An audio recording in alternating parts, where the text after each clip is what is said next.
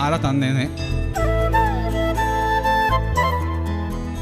ഞങ്ങളൊരു കുഞ്ഞു വീട് കിട്ടണമെന്ന് പറഞ്ഞ് പ്രാർത്ഥിച്ച് ഞങ്ങൾക്ക് ഇന്ന് വലിയൊരു ഭവനം തന്നെയാണ് ദൈവം തന്നത്.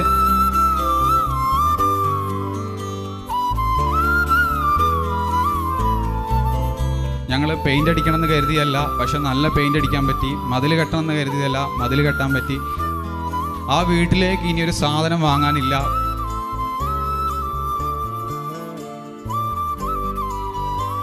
എൻ്റെ പപ്പയ്ക്ക് എൻ്റെ മാതാവ് എങ്ങനെയൊക്കെ കൊടുത്തു, എങ്ങനെയാണെന്ന് ചോദിച്ചാൽ പപ്പയ്ക്കും അറിയത്തില്ല.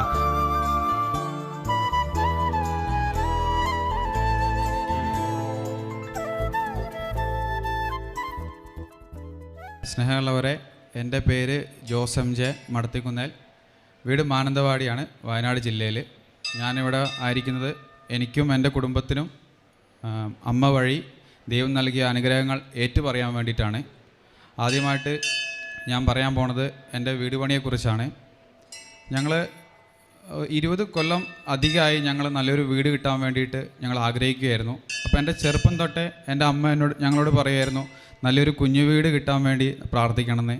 അപ്പോൾ ചെറുപ്പത്തിൽ ഞങ്ങൾ ദൈവമേ ഞങ്ങൾക്കൊരു കുഞ്ഞു വീട് തരണേ എന്നാണ് പ്രാർത്ഥിച്ചുകൊണ്ടിരുന്നത്. ഒരു ചെറിയൊരു ഷെഡിലാണ് ഞങ്ങൾ, ഒരു ആസ്പെറ്റോസ് ഇട്ട ഒരു ചെറിയൊരു വീട്ടിലാണ് ഞങ്ങൾ താമസിച്ചുകൊണ്ടിരുന്നത്. 4 വർഷം മുന്നേ ദൈവം അനുഗ്രഹിച്ച് ഞങ്ങൾ പണി തുടങ്ങി. പക്ഷേ തുടങ്ങുമ്പം പൈസയൊന്നും ഉണ്ടായിരുന്നില്ല.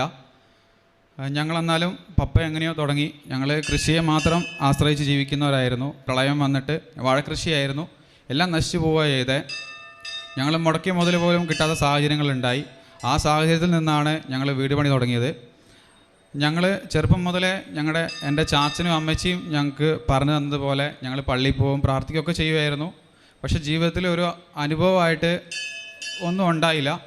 അങ്ങനെയാണ് എൻ്റെ കസിൻ, അവളുടെ കൂടെ അവൾ പറഞ്ഞിട്ട് ഞാൻ ഈ ദേവാലയത്തിൽ വന്നു, അവളുടെ ആവശ്യത്തിന് വേണ്ടിയിട്ടാണ്. അപ്പം ആ പുറകിൽ ആ ചേട്ടന്മാരിരിക്കുന്ന പോലെ ഞാനും അവിടെ ഇരുന്നു. അന്ന് നിറച്ചും ആൾക്കാരുണ്ട് പള്ളിയിൽ. അലസനായി തന്നെ ഞാനിരുന്നു. രാവിലെ തൊട്ട് വൈകുന്നേരം വരെ ഇരുന്നു. കുറേ നേരമൊക്കെ അവിടെ ഉറങ്ങി ഇരിക്കുകയാണ് ചെയ്തത്. ഇവിടെ പറഞ്ഞ കാര്യങ്ങളിലൊന്നും എനിക്കൊരു വിശ്വാസവും ഉണ്ടായില്ല. പക്ഷേ എൻ്റെ കസിൻ അവൾ പറഞ്ഞതുകൊണ്ട് മാത്രം ഞാൻ ഉടമ്പടി എടുത്തു.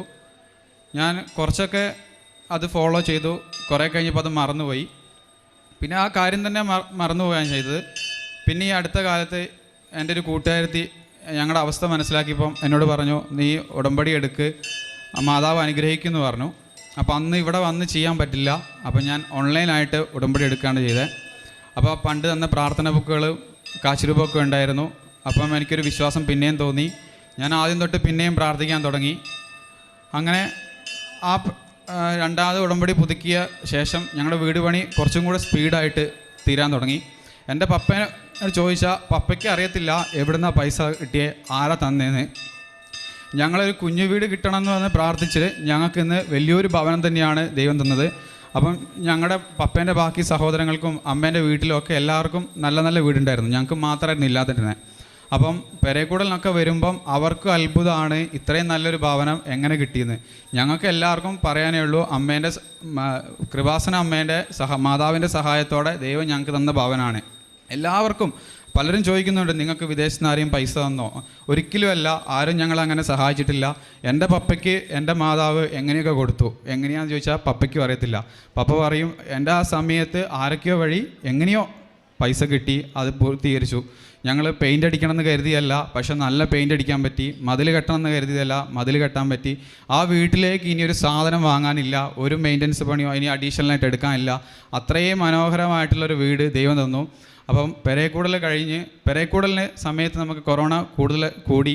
അപ്പോൾ എല്ലാവർക്കും ഒരു ആഗ്രഹം ഉണ്ടായിരുന്നു, എല്ലാവർക്കും ഞങ്ങളുടെ പെരേക്കൂടലിന് കൂടണമെന്ന്. പക്ഷേ കൊറോണ ഒക്കെ കൂടിയതുകൊണ്ട് ഗവൺമെൻറ് പറഞ്ഞു അധികം ആൾക്കാരെ പറ്റില്ല എന്ന്. പക്ഷേ ഞങ്ങൾ ഫെബ്രുവരി 12-ാം തീയതിയാണ് പെരേക്കൂടൽ ഉദ്ദേശിച്ചത്. അന്ന് തലേന്നാണ് ഗവൺമെൻറ് പങ്കെടുക്കാൻ പറ്റുന്ന ആൾക്കാരുടെ എണ്ണം കൂട്ടി.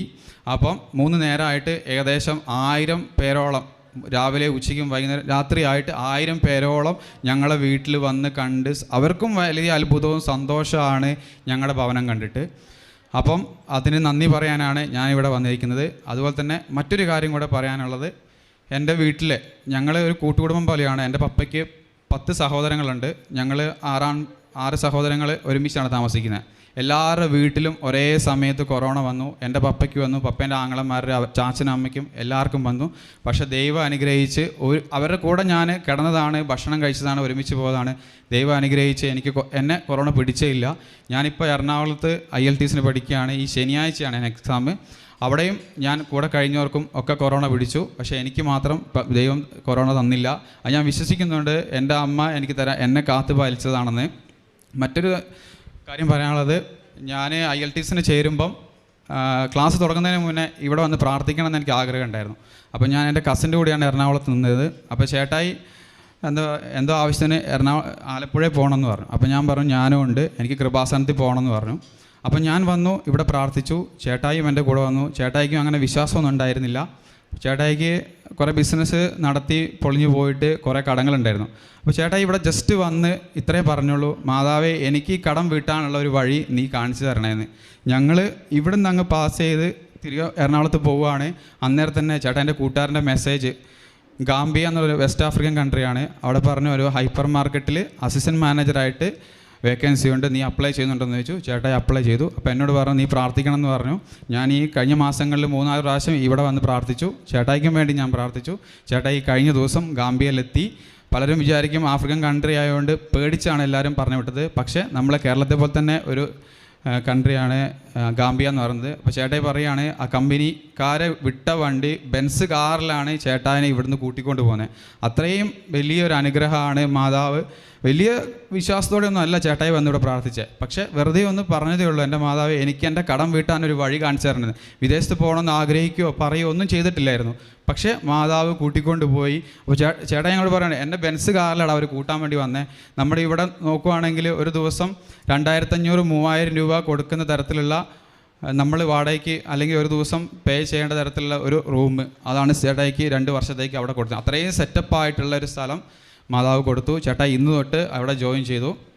പിന്നെയുള്ളതെന്ന് പറഞ്ഞാൽ എൻ്റെ ഒരു കസിൻ ചേച്ചി സെറ്റിന് അപ്ലൈ ചെയ്തിട്ടുണ്ടായിരുന്നു. അപ്പം ഞാൻ പറഞ്ഞായിരുന്നു, എനിക്ക് കിട്ടിയ അനുഭവമൊക്കെ ഞങ്ങളിങ്ങനെ കുടുംബക്കാരൊക്കെ ഷെയർ ചെയ്തുമ്പോൾ ചേച്ചീനോട് ഞാൻ പറഞ്ഞായിരുന്നു ഇങ്ങനെ ഇവിടെ കൃപാസനമുണ്ട്, പ്രാർത്ഥിച്ച് നോക്കുമെന്ന് പറഞ്ഞു. അപ്പോൾ ചേച്ചി ഓൺലൈനായിട്ട് ഉടമ്പടി എടുത്തു. സെറ്റ് ചെയ്യിക്കണമെന്നും പറഞ്ഞ് കണ്ടീഷൻ വെച്ചു.